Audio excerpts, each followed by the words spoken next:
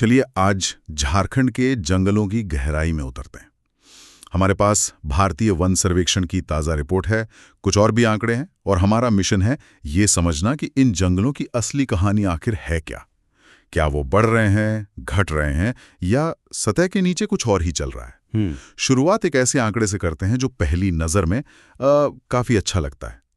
2023 की रिपोर्ट के अनुसार झारखंड का लगभग 29.81% हिस्सा जंगलों से ढका हुआ है, यानी करीब 23,765 वर्ग किलोमीटर। और ये आंकड़ा अपने आप में काफी मायने रखता है।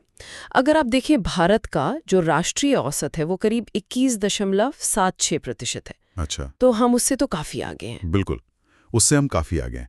लेकिन हाँ, एक राष्ट्रीय वन नीति का लक्ष्य भी है ना? हाँ, वो 33% वाला। वही तो, उस लक्ष्य से हम अभी भी थोड़ा पीछे हैं। तो कह सकते हैं कि झारखंड औसत से बेहतर है, पर मंजिल अभी दूर है। बिल्कुल, लेकिन यहाँ एक पेंच है और यहीं से कहानी दिलचस्प होनी शुरू होती है। अगर हम पिछले 10 साल देखें, 2013 से 2023, तो झारखंड के वन क्षेत्र में 49 वर्ग किलोमीटर की मामूली कमी आई है। मामूली सी कमी, हाँ। लेकिन अगर हम सिर्फ पिछले 2 साल देखें, 2021 से 2023, तो 45 वर्ग किलोमीटर की बढ़ोतरी हुई है। ये तो थोड़ा कंफ्यूजिंग है। 10 साल में घटा, 2 साल में बढ़ गया, असल में हो क्या रहा है? और यही विरोधाभास इस पूरी चर्चा का एक तरह से केंद्र है। ये हमें बताता है कि झारखंड का जंगल कोई स्थिर तस्वीर नहीं है। हमें इसे एक फोटो की तरह नहीं, बल्कि एक चलती हुई फिल्म की तरह देखना होगा। सही बात है। जहां हर फ्रेम में कुछ न कुछ बदल रहा है। लंबी अवधि में थोड़ी सी गिरावट और छोटी अवधि में बढ़त, ये दिखाता है कि सिर्फ हेडलाइन नंबर को देखकर हम पूरी कहानी नहीं समझ सकते। हमें जूम इन करना होगा। बिल्कुल, हमें जूम इन करके देखना होगा कि इस उतार चढ़ाव के पीछे चल क्या रहा है। ठीक है, तो चलिए जूम इन करते हैं। इन जंगलों को उनकी सघनता, वो कितने घने हैं, इस आधार पर 3 हिस्सों में बांटा गया है। 3 कैटेगरीज हैं। हाँ, अति सघन वन यानी वेरी डेंस फॉरेस्ट, फिर मध्यम सघन वन और खुले वन। और आंकड़े बताते हैं कि झारखंड के कुल वनों का सबसे बड़ा हिस्सा, लगभग 48% खुले वन है। अच्छा, आधे के करीब तो ओपन फॉरेस्ट है। हाँ, फिर 41% मध्यम सघन है और सिर्फ 11% ही वो जंगल हैं जिन्हें हम अति सघन कह सकते हैं। और यहीं पर एक ट्रेंड है जो मुझे थोड़ा सा परेशान कर रहा है। बताइए। रिपोर्ट के अनुसार पिछले कुछ सालों में सबसे घने जंगल यानी अति सघन वन और सबसे कम घने जंगल यानी खुले वन, दोनों का एरिया बड़ा है। अच्छा। लेकिन जो बीच की कैटेगरी है, मध्यम सघन वन, उसका क्षेत्रफल कम हुआ है। ऐसा लग रहा है जैसे जंगल का मिडिल क्लास खत्म हो रहा है। ये बहुत ही सटीक विश्लेषण है और ये इस कहानी का सबसे महत्वपूर्ण हिस्सा है। इस मिडिल क्लास के गायब होने के 2 मतलब हो सकते हैं और दोनों एक दूसरे से बिल्कुल अलग हैं। पहला, जो कि बहुत अच्छी खबर होगी, ये है कि मध्यम दर्जे के घने जंगल बेहतर देखभाल और संरक्षण की वजह से और घने हो रहे हैं और अति सघन वनों की श्रेणी में जा रहे हैं। और दूसरा मतलब क्या हो सकता है? दूसरा मतलब चिंताजनक है।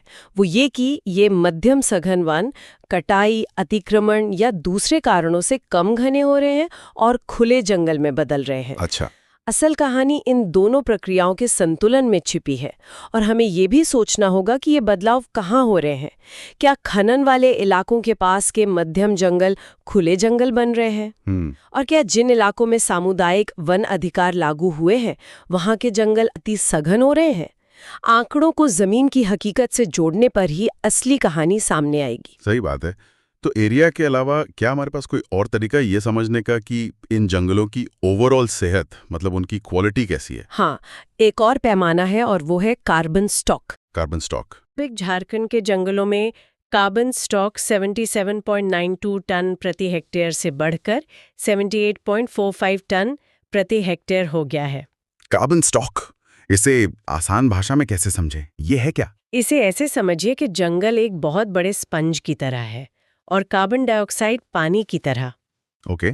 कार्बन स्टॉक बढ़ने का मतलब है कि झारखंड का हर हेक्टेयर अब पहले से ज्यादा बड़ा और ज्यादा सोखने वाला स्पंज बन गया है। वाओ! ये हवा से ज्यादा कार्बन खींचकर उसे अपने अंदर पेड़ों, मिट्टी और पत्तियों में कैद कर रहा है।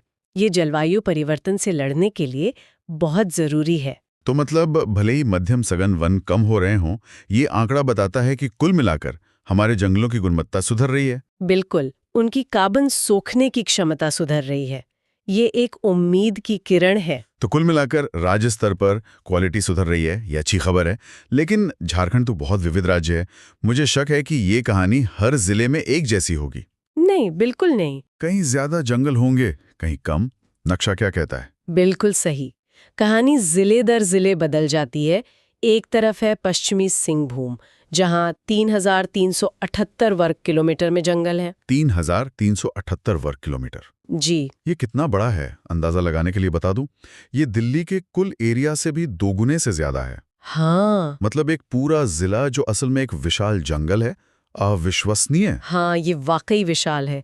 इसके बाद लातेहार और चतरा का नंबर आता है, जहां भी बड़े पैमाने पर जंगल हैं। लेकिन सिक्के का दूसरा पहलू भी है। जामताड़ा जैसा जिला है जहां सिर्फ 107 वर्ग किलोमीटर जंगल है।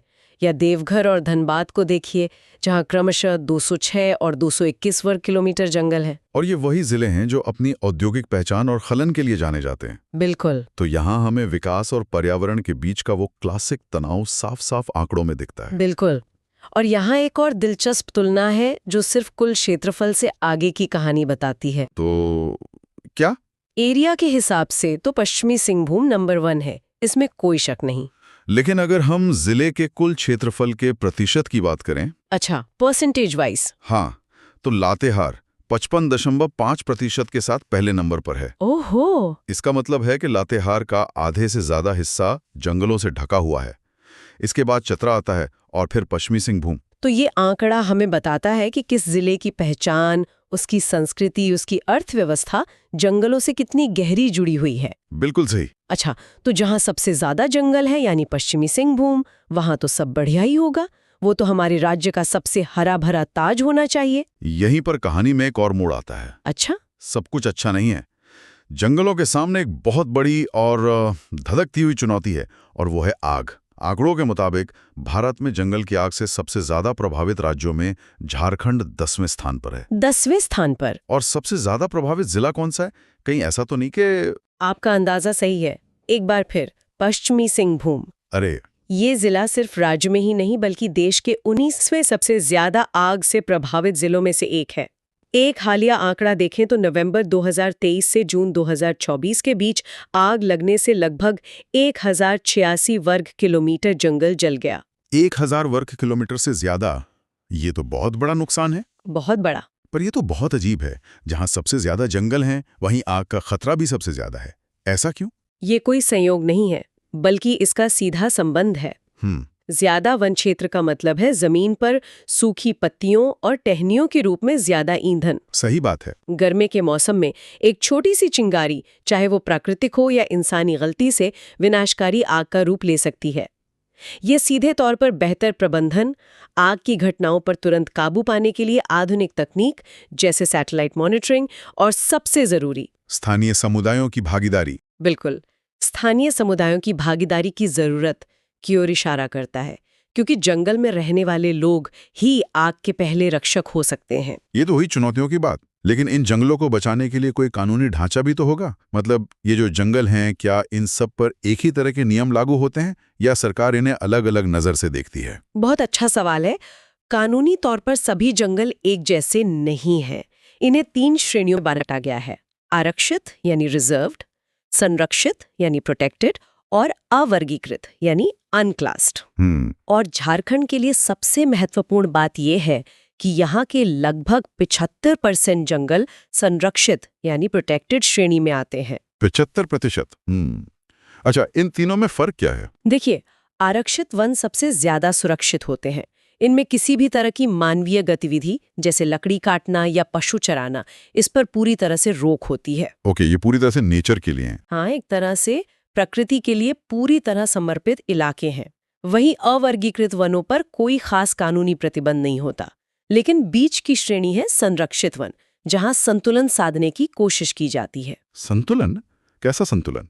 इन जंगलों में स्थानीय समुदायों को कुछ अधिकार मिलते हैं, जैसे वे अनुमति के साथ अपने इस्तेमाल के लिए सूखी लकड़ी इकट्ठा कर सकते हैं और अपने पशु चरा सकते हैं। तो झारखंड में 75% जंगलों का संरक्षित श्रेणी में होना ये दिखाता है कि यहाँ का कानून संरक्षण और स्थानीय लोगों की जरूरतों दोनों को एक साथ लेकर चलने की कोशिश कर रहा है। बिल्कुल, ये एक व्यवहारिक दृष्टिकोण है जो मानता है कि आप जंगलों को वहां रहने वाले लोगों से अलग करके नहीं बचा सकते।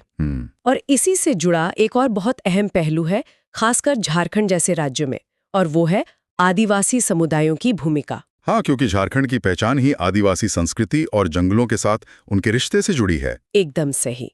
झारखंड में कुल 17 जनजातीय जिले हैं। 17। और इन जिलों में 17,521 वर्ग किलोमीटर का विशाल वन क्षेत्र है। और यहाँ एक बहुत ही सकारात्मक आंकड़ा सामने आता है। क्या 2019 से 2021 के बीच जहां राज्य के कुल वन क्षेत्र में मामूली उतार चढ़ाव दिखा, वहीं इन जनजातीय जिलों के वन क्षेत्र में 80 वर्ग किलोमीटर की साफ बढ़ोतरी हुई है। वाह, ये तो बहुत बड़ी बात है। जी, इसका मतलब है कि जहां आदिवासी समुदाय रहते हैं वहां जंगल ज्यादा सुरक्षित हैं और बढ़ भी रहे हैं। ये पारंपरिक ज्ञान और प्रकृति के साथ सह अस्तित्व की भावना को मान्य करता है। ये दिखाता है कि जो समुदाय सदियों से जंगलों के साथ और उन पर निर्भर रहते आए हैं, वे उनके सबसे अच्छे संरक्षक भी हो सकते हैं। बिल्कुल। सरकार की नई वन नीति भी इसी दिशा में एक कदम है, जिसमें हर गांव में एक वन समिति बनाने और ग्रामीणों को ही जंगल की सुरक्षा और प्रबंधन का जिम्मा सौंपने की बात कही गई है। ये नीति उस पारंपरिक संबंध को एक औपचारिक ढांचा देने की कोशिश है,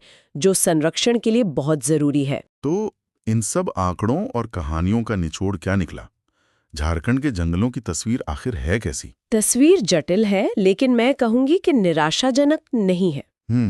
सतह पर देखने पर लगता है कि वन क्षेत्र लगभग स्थिर है, लेकिन अंदर कई महत्वपूर्ण बदलाव हो रहे हैं। एक तरफ मध्यम घने जंगल कम हो रहे हैं, जो एक चिंता का विषय है, तो दूसरी तरफ जंगलों की कार्बन सोखने की क्षमता बढ़ रही है और जनजातीय क्षेत्रों में वन क्षेत्र बढ़ रहा है, जो उम्मीद जगाता है। और पश्चिमी सिंहभूम जैसे जिले एक विरोधाभास की तरह हैं। वो एक तरफ जंगल का सबसे बड़ा खजाना है, तो दूसरी तरफ आग का सबसे बड़ा खतरा भी झेल रहे हैं। बिल्कुल। कुल मिलाकर झारखंड के जंगलों की कहानी सिर्फ पेड़ों की गिनती की नहीं, बल्कि एक संतुलन की कहानी है। ये विकास और पर्यावरण के बीच का संतुलन है, सरकारी नियंत्रण और सामुदायिक अधिकारों के बीच का संतुलन है, और सिर्फ वन क्षेत्र बढ़ाने और उसकी गुणवत्ता बनाए रखने के बीच का संतुलन है। हर आंकड़ा हमें इसी संतुलन की जटिलता को दिखाता है। और अंत में एक सवाल जिस पर गौर किया जा सकता है, आंकड़े हमें साफ साफ बताते हैं कि खुले वन का दायरा बढ़ रहा है और मध्यम सघन वन का दायरा घट रहा है। भले ही कुल क्षेत्रफल लगभग उतना ही है, पर क्या इसका मतलब ये है कि झारखंड के जंगलों का चरित्र, उनका घनत्व धीरे धीरे बदल रहा है? एक बहुत जरूरी सवाल है। और एक घना विविध जंगल जब एक कम घने खुले जंगल में बदलता है, तो ये बदलाव वहां रहने वाले वन्य जीवों और उस पर निर्भर समुदायों के जीवन को लंबे समय में कैसे प्रभावित कर सकता है? क्या हम अनजाने में एक अमीर बायोडाइवर्सिटी हॉटस्पॉट को एक सामान्य ग्रीन कवर से बदल रहे हैं? इस पर सोचना जरूरी है।